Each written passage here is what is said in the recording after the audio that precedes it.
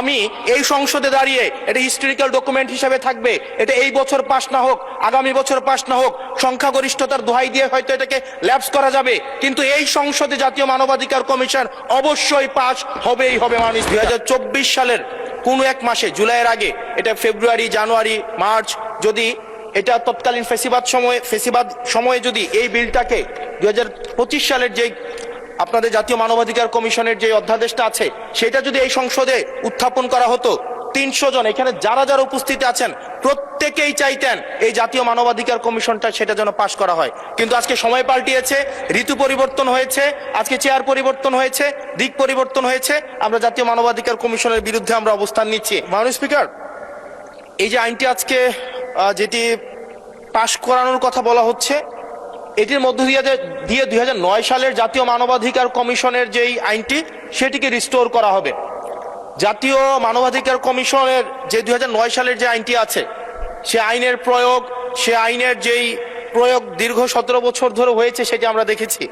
জাতীয় মানবাধিকার কমিশনের নামে বিরোধী দল ও মতকে দমন কমিশন হিসেবে সেটি ব্যবহার করা হয়েছে। বিএনপিকে দমন করার বৈধতা জাতীয় মানবাধিকার কমিশন উৎপাদন করেছে। আমরা জাতীয় মানবাধিকার কমিশনের চেয়ারম্যানকে বলতে শুনেছি, জামাতের নেতাকর্মীদেরকে গুলি করা বৈধ মানবাধিকার টিকিয়ে রাখার স্বার্থে। আমরা জাতীয় মানবাধিকার কমিশন 2009-এ যদি চলে যাই, আমরা মাননীয় স্পিকার 2009-এ যদি চলে যায়, আজকে যদি 2025-এর অধ্যাদেশটিকে ল্যাপস করে দেওয়া হয়, এটি এই সংসদের জন্য আমাদের যে আমরা ফরওয়ার্ডিং একটা মুভে ছিলাম, আজকে এই 2025-এর অধ্যাদেশটি ল্যাপস করার মধ্য দিয়ে জাতি আবার ব্যাকওয়ার্ডের দিকে যাবে এবং জাতি পিছিয়ে পড়ার একটা টেক্সট বুক এক্সাম্পল হিসেবে এই সংসদে এটি থাকবে। 2009 সালের জাতীয় মানবাধিকার কমিশন আদতে কোনো আইন না, এটা হচ্ছে সরকারি আরেকটা দপ্তর বানানো হয়েছে জাতীয় মানবাধিকার কমিশনকে। সেখানে স্পিকারের নেতৃত্বে যে সিলেকশন কমিটি করা হয়েছে, সেখানে স্বরাষ্ট্রমন্ত্রী থাকে, সেখানে আইনমন্ত্রী থাকে, সরকার দলীয় একজন এমপি থাকে এবং সেখানে মন্ত্রণালয়ের একজন সচিব থাকেন। অর্থাৎ একটা 6 সদস্য বিশিষ্ট একটা সিলেকশন বোর্ডের সেখানে 5 জনই হচ্ছে সরকার দলের। এখন একটা সরকার দলের একটা জাতীয় মানবাধিকার কমিশন, এটা হচ্ছে আমাদের আজকে আমাদের এলজিআরডি মন্ত্রী নেই, উনিই বলেছিলেন জাতীয় মানবাধিকার কমিশন হচ্ছে একটা মূলত বিরোধী দল কমিশন হিসেবে ফাংশন করে। এখন বিরোধী দল দমন কমিশন হিসেবে মাননীয় স্পিকার ফাংশন করে।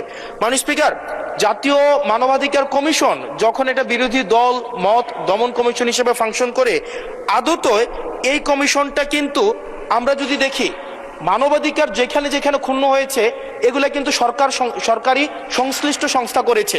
সেখানে বিডিআর, র্যাব, তারপর হচ্ছে আপনার বিভিন্ন বাহিনীদের সেখানে কিন্তু সরাসরি সংযুক্ত আমরা দেখেছি, তারা মানবাধিকারকে ক্ষুণ্ণ করেছে। কিন্তু 2009 সালের জাতীয় মানবাধিকার কমিশন আমরা দেখেছি, যদি বাহিনীর বিরুদ্ধে আপনি কোনো তদন্ত পরিচালনা করতে চান, তাহলে সেই বাহিনীর সেই বাহিনীর পূর্বানুমতি আপনার লাগবে, সরকারের পূর্বানুমতি লাগবে। মাননীয় স্পিকার, সরকারের পূর্বানুমতি নিয়ে সরকার যে মানবাধিকার ক্ষুণ্ণ করবে, সেই মানবাধিকারের তদন্ত কতটা স্বচ্ছ হবে সেটা এই সংসদের প্রত্যেকটা সদস্যই সেই বিষয়টি জানে।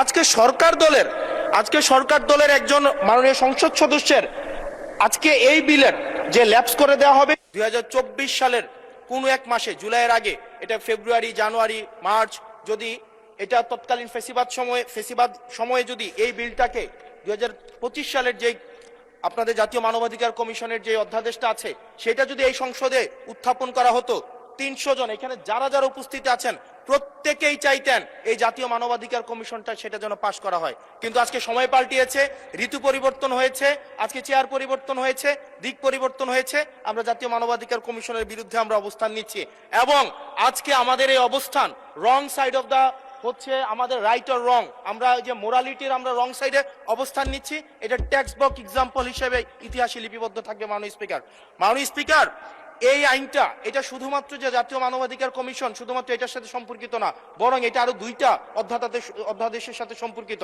এটা গুম অধ্যাদেশের সাথে সম্পর্কিত এবং আমাদের যে জুলাই গণ অভ্যুত্থান দায় এবং আমাদের দায় মুক্তির যে অধ্যাদেশটা রয়েছে সেটার সাথে সম্পর্কিত।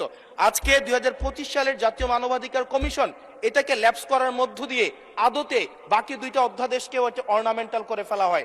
এটাকে আদতে সরকার এই পরবর্তীতে অধ্যাদেশগুলোকে রাজনৈতিক দমন পীড়নে যে ওয়েপনাইজ করবে না, সেটির কোনো নিশ্চয়তা নেই। মাননীয় স্পিকার, আমাদের সবচেয়ে বড়, আমরা ইতিহাস থেকে কোনো শিক্ষা নেই না।